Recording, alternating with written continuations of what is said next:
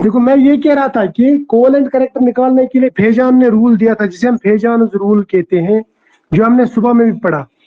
Fajans rule कहता है कि covalent character of ionic compounds increases with polarization. Polarization, अब पोलराइजेशन क्या है, इसको समझने के लिए सबसे पहले हमें पता होना चाहिए पोलराइजिंग पावर, और दूसरा होना चाहिए पता पोलराइजेबिलिटी क्या होता है। सर ये तो हमने लेकिन पढ़ा था। हाँ हाँ बिल्कुल पढ़ा था, आप टेंशन मत लो। मैं देखो मैं क्या कर रहा हूँ, बस ये सुबह में पढ़ा था हमने ना। तो पोलराइजिंग पावर जो रहता है वो कैटायन का रहता है, यानी पोलराइज करने का पावर। पोलराइज कौन होता है? पोलराइज होता है एनायन। तो पोलराइज एनायन होता है, इसका मतलब एनायन में एबिलिटी रहती है to polarize, and that is called polarizability, यानी एबिलिटी टू गेट पोलराइज्ड। और कैटायन की जो पोलराइजिंग पावर है वो डिपेंड करता है चार्ज डेंसिटी पे, यानी charge directly proportional to charge and inversely proportional to size. और एनायन की जो पोलराइजेबिलिटी है that is directly proportional to charge and directly proportional to size. ये भी हमने पढ़ा था, है ना। बाद में मैंने आपको बताया था कि जो कोवेलेंट कैरेक्टर है, कोवेलेंट कैरेक्टर ये इंक्रीज होता है विद पोलराइजेशन से, इट इंक्रीजेस विद पोलराइजेशन। अब ये पोलराइजेशन क्या है? पोलराइजेशन मैंने आपको बताया था कि अगर एक कैटायन एक एनायन के नजदीक लाया जाए तो कैटायन इस एनायन की नेगेटिव इलेक्ट्रॉन क्लाउड को अपनी तरफ अट्रैक्ट करता है, तो इससे एनायन में डिफॉर्मेशन आ जाती है, डिफॉर्मेशन, और वो कैटायन के नजदीक चला जाता है। कैटायन इलेक्ट्रॉन क्लाउड चला जाता है कैटायन के नजदीक, और इसका जो न्यूक्लियस है वो कैटायन से दूर चला जाता है। इसको हम कहते हैं पोलराइजेशन, यानी यहाँ पे एक तरफ नेगेटिव पोल बनता है, दूसरी तरफ पॉजिटिव पोल। अब इस पोलराइजेशन से कोवेलेंट कैरेक्टर क्यों आता है ये भी मैंने बताया था। जब भी ये एनायनिक स्पीशीज पोलराइज होती है तो कैटायन के ऑर्बिटल्स और एनायन के ऑर्बिटल्स आपस में थोड़े बहुत ओवरलैप करते हैं, और जहां पे भी ओवरलैपिंग होगी हम ये कहते हैं कि वहां पे कोवेलेंट बॉन्ड बन गया या वहां पे कोवेलेंट कैरेक्टर आ गया। तो पोलराइजेशन से एक्चुअली ओवरलैपिंग हो जाती है, तो overlapping leads to covalent bond formation या कोवेलेंट कैरेक्टर। इसीलिए हम कहते हैं कि covalent character is directly proportional to polarization, and polarization is directly proportional to charge on anion and size of anion. It is also directly proportional to charge of cation. जितना cation का charge ज्यादा होगा उतना polarization ज्यादा होगा, but inversely proportional to size of cation. Cation जितना छोटा होगा उतना पोलराइजेशन ज्यादा होगा। ये भी हमने पढ़ा था सुबह में, ठीक है। अब इसी को हम आगे ले जाते हैं और इसके ऊपर कुछ एग्जाम्पल्स भी करते हैं, क्योंकि इसमें से क्वेश्चंस पूछे जाते हैं। अब क्वेश्चन यहाँ पे ये बनता है, अगर मुझसे पूछा गया कि कोवेलेंट कैरेक्टर किसका ज्यादा है, सोडियम फ्लोराइड का कि पोटेशियम फ्लोराइड का, इस सूरत में क्या करेंगे हम? इस सूरत में सबसे पहले हमें देखना है चार्ज, उसके बाद में देखना है साइज। तो चार्ज अगर हम देखेंगे, इसके ऊपर +1 इसके ऊपर -1, यहाँ पे +1 यहाँ पे -1, चार्ज तो दोनों में सेम है, यहाँ पे एनायन भी सेम है, तो डिफरेंस कहाँ पे आती है? कैटायन में।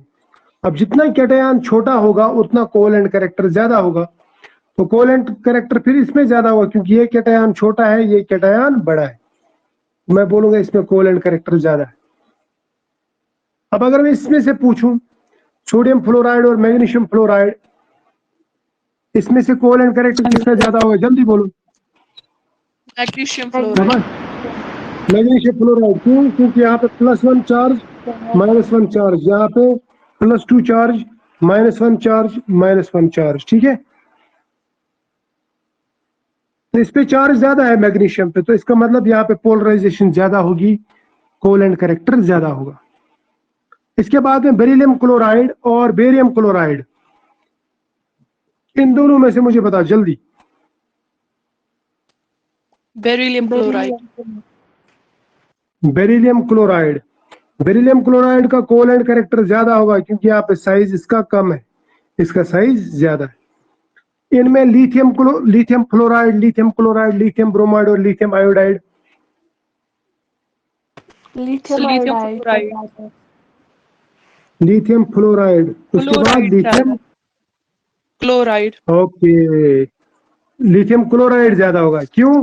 क्योंकि यहाँ पे लिथियम कैटायन सेम है ना, बट एनायन इज डिफरेंट। यहाँ पे एनायन बड़ा, यहाँ पे एनायन थोड़ा छोटा, यहाँ पे एनायन और छोटा, यहाँ पे एनायन और छोटा। तो इसका मतलब पोलराइजेशन यहाँ पे ज्यादा होगी, फिर यहाँ पे, फिर यहाँ पे, फिर यहाँ। तो कोवेलेंट कैरेक्टर कुछ इस तरह होगा। ठीक है, बात समझ में आ रही है? अब आप मुझे बताओ, कोवेलेंट कैरेक्टर क्यूप्रस क्लोराइड और सोडियम क्लोराइड में किसमें ज्यादा होगा? यहाँ पे क्यूप्रस क्लोराइड और sodium. Sir sodium chloride. Cuprous chloride में ज्यादा होगा as compare to sodium chloride. क्यों? क्योंकि सोडियम की जो कॉन्फ़िगरेशन है वो है नोबल गैस कॉन्फ़िगरेशन। क्या है?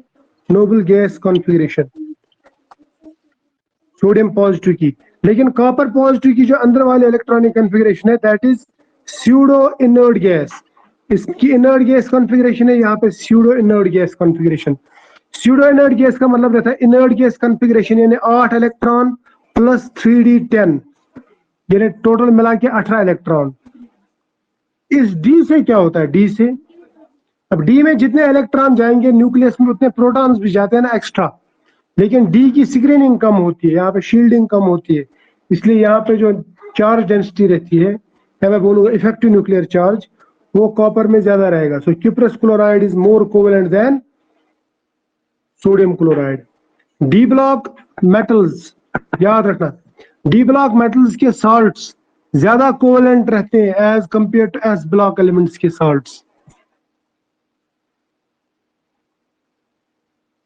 अब इसमें बताओ मुझे, ferric chloride, sorry ferrous chloride और फेरिक क्लोराइड में ज्यादा कोवेलेंट कौन होगा? FeCl3। FeCl3 Y? चार्ज। +3, यहाँ पे +2, तो यहाँ पे ये ज्यादा है ना।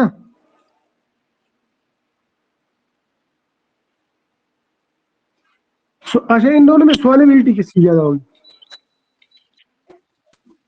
FeCl2। की सॉल्युबिलिटी ज्यादा होगी?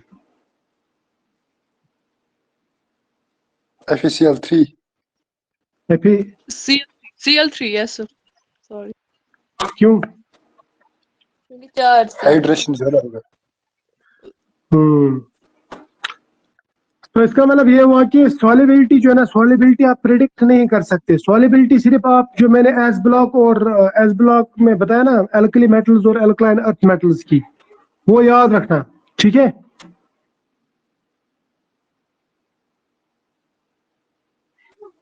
इसमें ज्यादा घुसने की कोशिश नहीं कर रहा हूं, वो याद रखना। यहाँ पे सिर्फ कोवेलेंट कैरेक्टर याद रखना। और कोवेलेंट के हिसाब से देखा, अच्छा मुझे ये पता, इन दोनों में अल्कोहल में ज्यादा सॉल्युबल कौन होगा?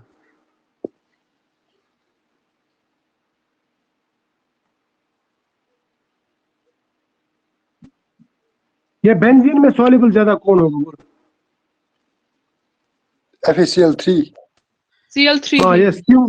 यस, क्यों?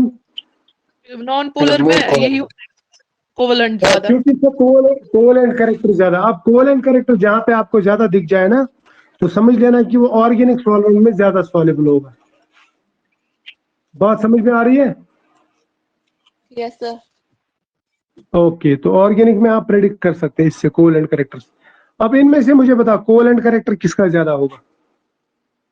Caesium chloride, rubidium chloride, potassium chloride, sodium chloride और lithium chloride? Sir lithium chloride.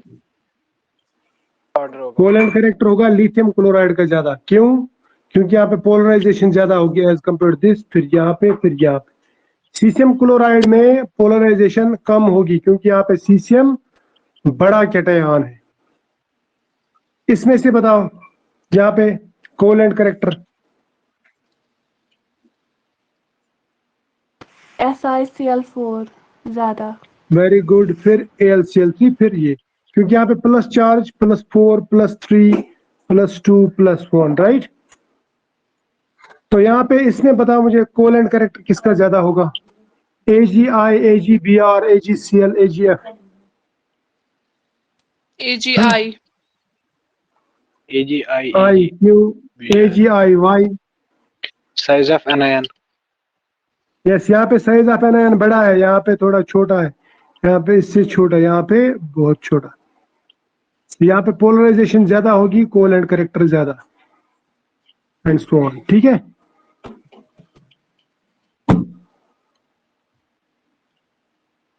ना शुभ, ये हो गया। Yes, sir. Okay, next. अब मुझे बताओ, ये आपने ये पढ़ा है कभी, variable valency and inert pair effect? इसमें से इंपॉर्टेंट क्वेश्चंस आते हैं, क्योंकि ये अब आयनिक कंपाउंड्स के साथ में, ये तो मैं ये भी यहीं पे पढ़ाऊंगा, जहां पे इसके एग्जांपल्स आएंगे वो करेंगे आगे भी, लेकिन फिलहाल कॉन्सेप्ट पढ़ के रखते हैं। देखो, वैलेंसी का मतलब रहता है कंबाइनिंग कैपेसिटी, यानी कितने बॉन्ड बन जाते हैं, कितने बॉन्ड बना सकता है एलिमेंट, उसको हम जनरली वैलेंसी कहते हैं, है ना। ये हमारे पास में एक डेफिनेशन है। और वैलेंसी किस पे डिपेंड करता है? वैलेंसी डिपेंड करता है नंबर ऑफ वैलेंस इलेक्ट्रॉन्स पे। जितने वैलेंस इलेक्ट्रॉन ज्यादा, उतनी वैलेंसी ज्यादा हो सकती है। ये बात भी दिमाग में रख लेना कि वैलेंसी जो है वो वैलेंस इलेक्ट्रॉन्स पे डिपेंड करती है। अब वेरिएबल वैलेंसी का क्या मतलब है? वेरिएबल वैलेंसी का मतलब रहता है कि कुछ एलिमेंट्स कभी एक वैलेंसी दिखाते हैं तो कभी दूसरी। जैसे मैंने अभी बताया आपको FeCl2 और FeCl3, यहाँ पे आयरन ने, इसी आयरन ने बनाए 2 बॉन्ड, यहाँ पे इसी आयरन ने बनाए 3 बॉन्ड। तो यहाँ पे इसका ऑक्सीडेशन स्टेट +2 है, यहाँ पे +3 है। तो यहाँ पे 2 वैलेंसी, यहाँ पे 3 वैलेंसी। ये वेरिएबल वैलेंसी क्यों आती है, इसका रीजन क्या है? तो इसके 2 रीजन है। एक रीजन है इनस्टेबिलिटी ऑफ कोर। जो कोर शेल्स रहते हैं ना, अगर वो अनस्टेबल रहेंगे, उनमें अनस्टेबल इलेक्ट्रॉनिक कॉन्फ़िगरेशन रहेगी, तो उससे वेरिएबल वैलेंसी आती है। दूसरा जो रीजन है वो है इनर्ट पेयर इफेक्ट, जो हमें पढ़ना है, inert pair effect. Inert pair effect, अब ये इनर्ट पेयर इफेक्ट को मैं IPE लिखूंगा, ये दूसरा फैक्टर है। सबसे पहले हम डिस्कस करेंगे इनस्टेबिलिटी ऑफ कोर, ये किस तरह हमें वेरिएबल वैलेंसी देता है। फॉर एग्जांपल, मैंने आयरन लिया यहाँ पे ऊपर, तो यहाँ पे भी मैं आयरन ही एक एग्जांपल लेता हूँ, आयरन की एग्जांपल लेता हूँ और इसको एक्सप्लेन करता हूँ। आयरन का एटॉमिक नंबर है 26, इलेक्ट्रॉनिक कॉन्फ़िगरेशन आएगी 1s2, 2s2, 2p6, 3s2, 3p6, 3d6, 4s2। ये है ना इसकी electronic configuration after filling of electrons. जी सर। ओके, अब यहां पे देखो, अगर मैं इसको ऐसे भी लिख सकता हूं, पहले वाले शेल में 2 इलेक्ट्रॉन, दूसरे वाले शेल में 8 इलेक्ट्रॉन, तीसरे वाले शेल में 14 इलेक्ट्रॉन, और लास्ट वाले शेल में 2 इलेक्ट्रॉन, है ना।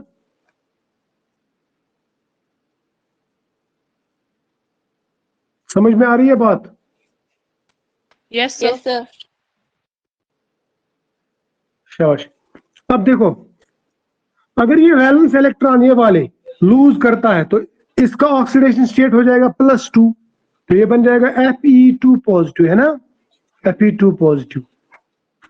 तो इसकी इलेक्ट्रॉनिक कॉन्फ़िगरेशन रह जाएगी, अंदर के 2 इलेक्ट्रॉन, फिर दूसरी शेल में ये 8 इलेक्ट्रॉन, तीसरी शेल के 14 इलेक्ट्रॉन, लास्ट शेल के 2 इलेक्ट्रॉन चले गए। ठीक, समझ में आ रहा ना? Yes, sir. ओके,